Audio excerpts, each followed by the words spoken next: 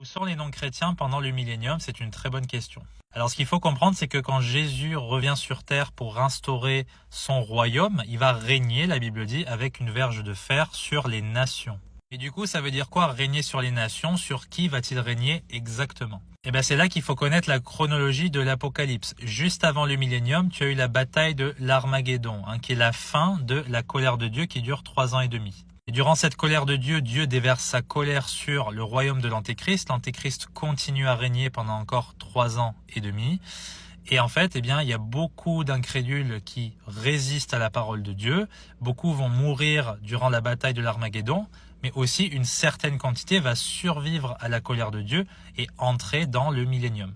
Donc ça fait qu'au début du millénium, tu vas avoir des incrédules. Et ensuite, ils vont avoir des enfants, des générations et des générations. Beaucoup, évidemment, vont se convertir en voyant le Seigneur Jésus-Christ et comment il règne sur terre. Mais aussi, tu vas avoir des gens qui s'opposent à lui, qui ne croient pas en lui. Tu vas me dire, comment est-ce que c'est possible? Eh bien, pose-toi la question, comment est-ce qu'autant d'Israélites dans le désert, après avoir vu la sortie d'Égypte et les miracles de Dieu, ont pu s'opposer à lui? C'est toujours le même principe, le cœur de l'homme est toujours pécheur. Maintenant, la deuxième preuve que tu as des non-chrétiens durant le millénium, c'est en étudiant Apocalypse chapitre 20, la fin du millénium. Satan va être relâché et il va en fait tenter une dernière fois de s'opposer à Christ avec la bataille de Gog et de Magog. Gog et Magog, c'est pas dans quelque temps, non, c'est après le millénium, c'est dans très très longtemps, Gog et Magog.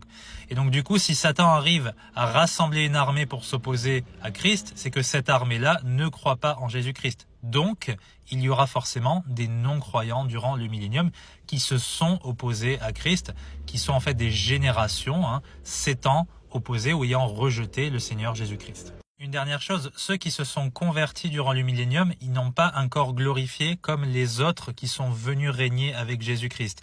Il va falloir qu'il y ait une deuxième résurrection, puisque la Bible parle d'une première résurrection qui a lieu durant l'enlèvement, et ensuite d'une deuxième résurrection qui aura forcément lieu à la fin du millénium. Donc tu vois, c'est pas un sujet facile, mais j'espère qu'avec cette vidéo, tu auras un petit peu plus compris. Que Dieu te bénisse.